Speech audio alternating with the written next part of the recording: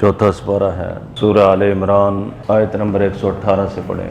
اعوذ باللہ من الشیطان الرجیم، بسم اللہ الرحمن الرحیم۔ ہا انتم اولائی تحبونہم ولا یحبونکم وتؤمنون بالکتاب کلہ وَإِذَا لَقُوكُمْ قَالُوا آمَنَّا وَإِذَا خَلَوْا عَزُّوا عَلَيْكُمُ الْأَنَامِلَ مِنَ الْغَيْظِ قُلْ مُوتُوا بِغَيْظِكُمْ إِنَّ اللَّهَ عَلِيمٌ بِذَاتِ الصُّدُورِ إِن تَمْسَسْكُمْ حَسَنَةٌ تَسُؤْهُمْ وَإِن تُصِبْكُمْ سَيِّئَةٌ يَفْرَحُوا بِهَا وَإِن تَصْبِرُوا وَتَتَّقُوا لَا يَضُرُّكُمْ كَيْدُهُمْ شَيْئًا إِنَّ اللَّهَ بِمَا يَعْمَلُونَ مُحِيطٌ۔ ہا انتم اولائی تحبونہم،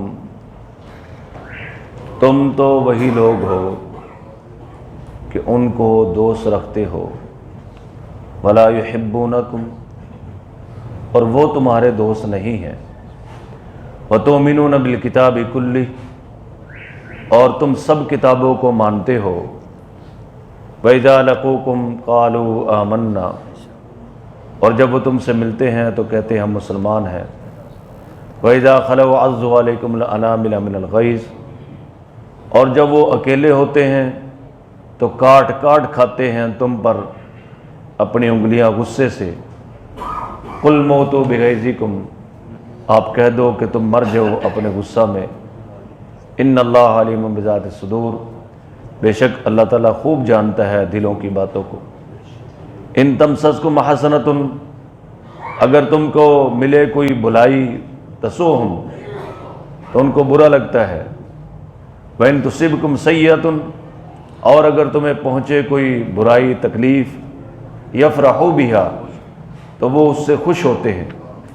وَإِن تَصْبِرُوا، اور اگر تم صبر کرو، وَتَتَّقُوا، اور تقوی اختیار کرو، لَا يَضُرُّكُمْ كَيْدُهُمْ شَيْئًا، تو کوئی نقصان نہیں کرے گا تمہارا ان کا فریب، شیئن کچھ بھی۔ ان اللہ بما یعملون محیط، بے شک جو کچھ وہ کرتے ہیں سب اللہ نے احاطہ کیا ہوا ہے۔ اس سے پہلی آیت میں یہ فرمایا گیا کہ کفار کو اپنا دلی دوست نہ بناؤ، ان سے دوستیاں نہ لگاؤ۔ یہ بھی سمجھے کہ مسلمانوں کے علاقوں میں جو عیسائی رہتے ہیں، یہودی رہتے ہیں، ہندو رہتے ہیں، سکھ رہتے ہیں، ان کو شریعت میں ذمہ کہا جاتا ہے۔ ذمہ یعنی مسلمانوں نے ان کا ذمہ لیا ہوا ہے ان کی حفاظت کرنے کا۔ اگر کوئی مسلمان ہو اور ذمیوں سے بدسلوکی کرے تو اس کا طرفدار جو ہے وہ نبی پاک صلی اللہ علیہ وسلم ہے۔ یعنی اگر کوئی ذمی سے زیادتی کرے گا تو اس ذمی کی طرف سے نبی پاک صلی اللہ علیہ وسلم گویا اس کے حمایتی بن کر کھڑے ہوں گے۔ تو کسی عیسائی سے، یہودی سے، مجوسی سے، ہندو سے، سکھ سے، جو مسلمانوں کے علاقوں میں رہتے ہیں، ان سے زیادتی کرنے کی اجازت نہیں۔ ان سے اچھا سلوک کرے کہ وہ متاثر ہو کر جو ہے دین میں اور اسلام میں داخل ہو جائے۔ اور الحمدللہ ثم الحمدللہ مسلمانوں کے علاقوں میں جتنی بھی اقلیتیں ہوتی ہیں وہ خوش رہتی ہیں، بلکہ بعض دفعہ آپ دیکھتے ہیں کہ مسلمانوں پر تو زیادتی ہوتی ہے، لیکن خصوصاً اس وقت کی جو حکومتیں ہیں وہ ان لوگوں کی جو حمایت ہے اس میں جو دین کی تعلیمات ہیں اس سے بھی بہت زیادہ آگے نکل جاتی. تو بہرحال اسلامی حکومت بھی ہو تو مسلمانوں کو ذمیوں پر ظلم کرنے کی، زیادتی کرنے کی اجازت دین اور اسلام نے نہیں دی. ان کے ساتھ اچھا معاملہ کریں، اچھا برتاؤ کریں، ان کو کسی قسم کی مسلمانوں کے علاقوں میں تکلیف نہیں ہونی چاہیے. لیکن جہاں تک دلی دوست بنانے کا تعلق ہے اور ان کو جو ہے وہ جگری یار بنانے کا معاملہ ہے، وہ ان سے ہرگز نہ کیا جائے. ان سے تعلقات کی جو ایک حد ہے اس کو کراس نہ کیا جائے. ٹھیک ہے وہ اپنے علاقوں میں رہیں، لیکن ان سے گہری دوستیاں کرنے کی قرآن نے جو ہے ممانعت کی ہے. فرمایا کہ ہاں انتم اولائی تحبونہم، سن لو تم تو ان سے محبت کرتے ہو، ولا یحبونکم، وہ تم سے محبت نہیں کرتے. تم اگر دلی دوستیاں لگاؤ گے تو ایک دن نقصان اٹھاؤ گے. یہاں ہمارے ملک میں عجیب قوانین ہیں. کارنیلس کو یہاں پہ وزیر قانون بنایا گیا یا اس کی بات چلی، اور اسی طرح ہمارا جو چیف جسٹس ہے وہ بھگوان داس کو بنایا گیا. کس کو بنایا گیا؟ ہندو بھگوان داس کو. ٹھیک ہے. اور یہ خبیث ہمارے جو جج ہیں، یہ پچھلے دنوں آپ نے اخبارات میں پڑھا ہوگا کہ ایک حافظ قرآن کو انہوں نے غالباً جج لگانے سے انکار کر دیا کہ یہ اس نے قرآن مجید حفظ کیا ہوا ہے، اس میں انتہا پسندی ہو سکتی. بھگوان داس تو اس ملک کا چیف جسٹس بن سکتا ہے، لیکن ایک حافظ قرآن کے جج بننے پر ان وکیلوں کو اور موجودہ ججوں کو اعتراض ہے. اسی طرح بھی آپ نے تازہ واقعہ سنا ہوگا کہ اخبارات میں بھی وہ آیا ہے کہ ایک جگہ پر ایک جج نے پابندی لگا دی ہے کہ میرے ساتھ جو مسجد ہے اس سے فجر کی اذان نہ دی جائے، میری نیند ڈسٹرب ہوتی. یہ ابھی تازہ واقعہ ہے، ننکانہ کی طرف لاڑکانہ. اچھا، تو یہ کوئی مسلمانوں کے جج ہیں؟ تو اور جو ہے اس پر عمل درآمد کرانے کے لیے وہاں کی جو علاقائی پولیس ہے اور بڑے بڑے افسر وہاں پہنچ بھی گئے ہیں کہ جج صاحب کا آرڈر ہے کہ جناب یہاں پہ فجر کی اذان سپیکر میں نہ دی جائے. تو ہم کہتے ہیں ایسے جج کو وہاں سے دفع کر دیا جائے. تجھے اذان پسند نہیں، مسجد کا پڑوس اور ہمسایہ ہونا پسند نہیں، تو دفع ہو جائے یہاں سے. یہ ابھی جو ہے نا غالباً اس بات کا بھی کوئی فیصلہ نہیں ہوا، یہ معاملہ بھی چل رہا ہے. یہ ہمارے ججوں کی ذہنیت ہے. اللہ تعالیٰ ایسے لوگوں سے ہمارے ملک کو پاک فرمائے. ہندوستان میں اذانیں ہو رہی ہیں، کافروں کے ملکوں میں اذانیں، وہاں کے ججوں کو اعتراض نہیں. اعتراض ہے تو اسلامی جمہوریہ پاکستان کے جج کو اعتراض ہے. اس سے بڑی بدبختی کیا ہوگی، بد نصیبی کیا ہوگی. تو فرمایا کہ ولا یحبونکم، تم تو ان سے محبت کرتے ہو، وہ تم سے محبت نہیں کرتے. وتؤمنون بالکتاب کلی، اور تم ایمان لاتے ہو سب کتابوں پر. مسلمان انجیل کو مانتا ہے، تورات کو مانتا ہے، زبور کو مانتا ہے، قرآن کو آخری کتاب مانتا ہے. لیکن عیسائیت، یہودیت مسلمانوں کے قرآن کو مانتے ہیں؟ نہیں مانتے. انگلینڈ کا ایک وزیر اعظم تھا، گلیڈ سٹون اس کا نام تھا.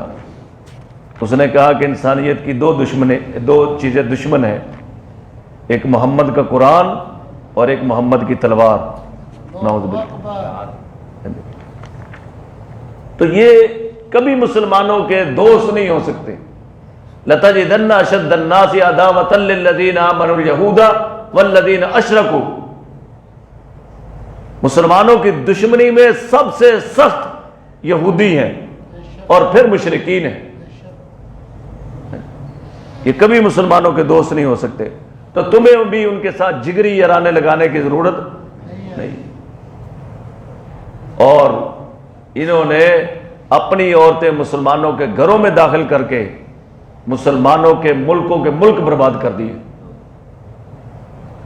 مثال کے طور پر فلسطین کا جو مجاہد تھا یاسر عرفات، اس کے گھر میں یہودن آ گئی سوہا عرفات،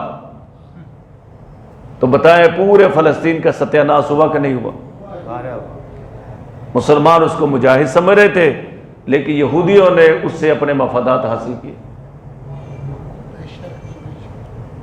اور اسی طرح ہمارے ملک کا جو وزیر اعظم ہے، اس کے سسرال کون ہے؟ سابقہ ہی صحیح، بزرگ ہنس رہے۔ تو ملک کا بیڑا غرق ہو رہا ہے کہ نہیں ہو رہا؟ ہو رہا ہے کہ نہیں ہو رہا؟ تو اب سمجھ آ رہی ہے؟ وَلَا يُحِبُّونَكُمْ، وہ تم سے محبت نہیں کرتے، تم اپنی محبت کی پنگیں ان سے بڑھاتے ہو۔ وَتُؤْمِنُونَ بِالْكِتَابِ كُلِّهِ، اور تم ان کی سب کتابوں کو مانتے ہو، لیکن وہ تمہارے قرآن کو، تمہارے محمد صلی اللہ علیہ وسلم کو نہیں مانتے۔ وَإِذَا لَقُوكُمْ قَالُوا آمَنَّا، اور جب وہ تم سے ملاقات کرتے ہیں تو کہتے ہیں ہم تو مومن ہیں جی، آپ کے ساتھی ہیں۔ وَإِذَا خَلَوْا عَضُّوا عَلَيْكُمُ الْأَنَامِلَ مِنَ الْغَيْظِ، اور جب وہ علیحدہ ہوتے ہیں تو کاٹ کھاتے ہیں اپنی انگلیوں کو، من الغیظ، غصے کی وجہ سے۔ سمجھتے ہیں؟ اتنا غصہ چڑھتا ان کو مسلمانوں پہ۔ قُلْ مُوتُوا بِغَیظِکُمْ، آپ کہہ دو مر جاؤ اپنے غصے میں، تمہارا یہی علاج ہے کہ تمہاری موت ایسے ہی آئے۔ ان اللہ علیم بذات الصدور، بے شک اللہ تعالیٰ سینوں کے بید کو جانتے ہیں، بے شک اللہ جانتے ہیں جو سینوں میں ہے۔ ان تمسسکم حسنۃ تسؤہم، اگر تم کو کوئی بلائی پہنچ جاتی ہے، کوئی اچھی خوشخبری تمہیں مل جاتی ہے تو ان کو برا لگتا ہے۔ اور وَإِن تُصِبْكُمْ سَیِّئَةٌ، اور اگر تمہیں کوئی تکلیف پہنچتی ہے تو یفرحوا بہا، تو وہ اس پر خوش ہوتے ہیں، وہ اس پر خوش ہوتے ہیں۔ جب غزوہ احد ہوا تو تقریباً 70 صحابہ جو ہے شہید ہو گئے، اور نبی کریم صلی اللہ علیہ وسلم کو عتبہ بن ابی وقاص نے پتھر مارا، تو نبی پاک صلی اللہ علیہ وسلم کے سامنے کے 2 دانت جو ہے شہید ہو گئے، سامنے کے 2 دانتوں کے ساتھ والا دانت شہید ہو گیا۔ اسی طرح ابن کمیہ کافر نے تلوار ماری جس سے آپ کا خود کٹ گیا، آپ صلی اللہ علیہ وسلم کا چہرہ مبارک زخمی ہو گیا، خون بہنے لگا، تو حضرت علی رضی اللہ تعالیٰ ڈول میں پانی لاتے تھے اور سیدہ فاطمہ زخموں کو دھوتی تھی، اور پھر یہ کیا کہ ایک پرانی چٹائی تھی، اس کا ایک ٹکڑا تھا، تو سیدہ فاطمہ نے اس کو جلایا اور راہ کو جو ہے نا زخموں پہ لگا دیا، اس سے وہ مسام بند ہو گیا اور خون کا آنا بند ہو گیا۔ تو اب کافروں کو بڑی خوشی ہوئی اور مشہور ہو گیا ان محمدً قد قتل، محمد صلی اللہ علیہ وسلم کو شہید کر دیا گیا۔ کافر جو ہے خوشیاں منانے لگے، بنگڑے ڈالنے لگے۔ اوہو، حضرت انس بن نضر رضی اللہ تعالیٰ عنہ، جو انس بن مالک کے چچا تھے، انہوں نے کہا عمر کیا بات ہے؟ انہوں نے فرمایا میری کمر ٹوٹ گئی ہے۔ مسلمان اتنے غمزدہ تھے۔ انس بن نضر رضی اللہ عنہ نے فرمایا کہ مرہم پٹی کی ہے؟ فرمایا اس طرح نہیں ٹوٹی۔ انہوں نے کہا کمر ٹوٹ گئی ہے۔ انہوں نے کہا پھر کوئی دوائی پٹی کی ہے؟ فرمایا کہ ایسے نہیں ٹوٹی، وہ اس طرح ٹوٹی ہے کہ تم نے سنا نہیں کہ حضور صلی اللہ علیہ وسلم شہید ہو، میری یہ کمر ٹوٹی ہے، حضرت عمر نے کہا۔ تو انس بن نضر نے پھر کہا کہ تو کیا پھر تمہارے لیے کوئی شہادت کا دروازہ بند ہو گیا؟ اگر حضور شہید ہو گئے ہیں تو تمہارے لیے تو شہادت کا دروازہ بند کر کے نہیں گئے؟ تو حضرت عمر نے فرمایا کہ مجھے اتنا صدمہ ہے میری ٹانگیں ساتھ نہیں دے۔ اوہو، لیکن جب خبر آئی مسلمانوں کے حضور صلی اللہ علیہ وسلم زندہ ہے تو پھر مسلمانوں کی جان میں جان ہے۔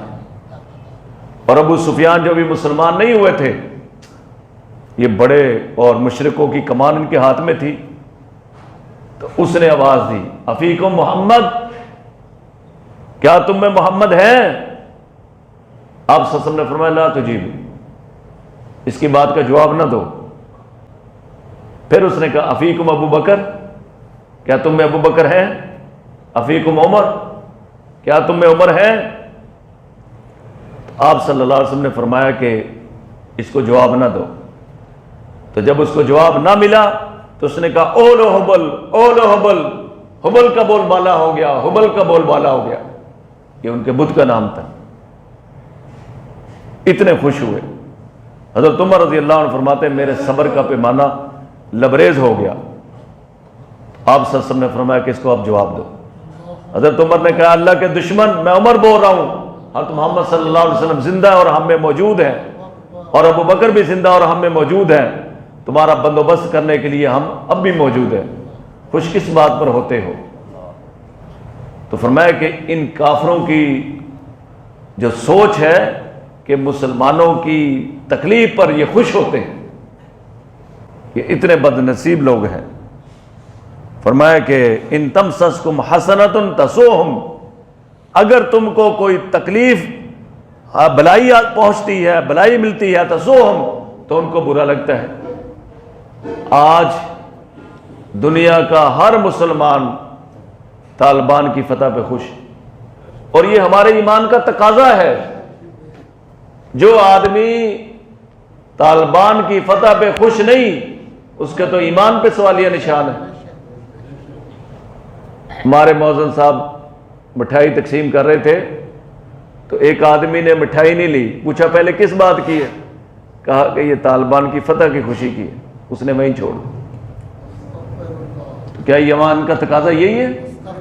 جو مسلمانوں کی خوشی میں خوش نہیں، اس کا ایمان سے کیا واسطہ ہے؟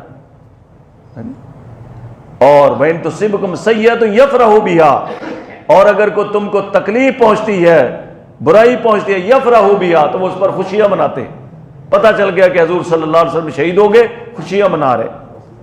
وَإِن تَصْبِرُوا وَتَتَّقُوا، لیکن یاد رکھو ایمان والوں سے کہا جا رہا ہے اگر تم صبر کرو اور تقوی اختیار کرو، لَا يَضُرُّكُمْ كَيْدُهُمْ شَيْئًا، تو ان کی مکاریاں تمہارا کچھ بھی نقصان نہیں کر سکیں گی۔ تو وہ تو مکر اور فریب میں لگے رہیں گے، لیکن صبر اور تقوی کے ساتھ تم نے ان کا مقابلہ کرنا ہے۔